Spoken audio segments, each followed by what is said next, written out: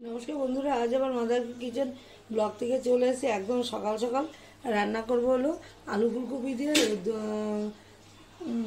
ফুলকপি দিয়ে ডিম পোস্ত করব। এই যে ডিমটাকে আমি ভেজে নেব। তেলটা অনেকটাই গরম হয়ে গেছে। এই যে ডিমটা ভেজে নিচ্ছি। আমি ইচ্ছা করি আধেক আধেক করে করেছি। কেউ চাইলে আপনারা চাইলে গোটাও করতে পারেন, আমি ইচ্ছা করি অর্ধেক করেছি।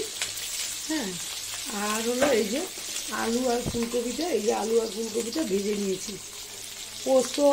পোস্ত দিয়ে যে করব, পোস্তর সঙ্গে শুধু কাঁচা লঙ্কা দিয়েছি, আর কোনো মশলা হবে না। পেঁয়াজ কুচি আর লঙ্কা চিড়ে দেব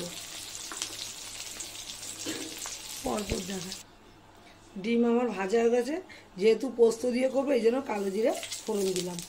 আর দিয়ে দেবো হলো এই যে পেঁয়াজটা।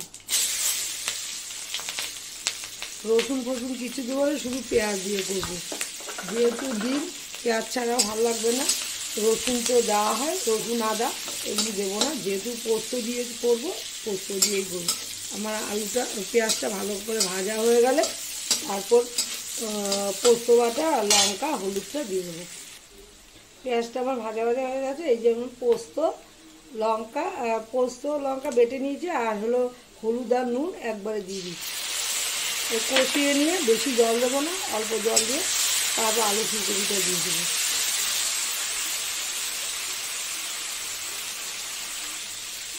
আমার এটা কষানো হয়ে গেছে।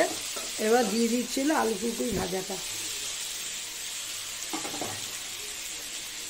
একটু এদিক ওদিক করে নিয়ে তারপর খুব বেশি জল দেবো না, একদম মাখা মাখা। আলু ফুলকপি পোস্ত দিয়ে হয়ে গেছে। যে ডিমটা দিয়ে দিচ্ছি, ডিমটা দিয়ে আর ফোটানোর কিছু নেই। এই যে দিয়ে দিচ্ছি। একবার কিন্তু আমার মতো এরকম করে খেতে পারেন, ভালোই লাগবে। ভালো লাগলে লাইক শেয়ার কমেন্ট করবেন, সাবস্ক্রাইব করতে একদমই ভুলবেন না। আর আমার যেহেতু ধনেপাতা ছিল না, বিলাতি ধনেপাতা আছে কিন্তু ওইটা দেবো না।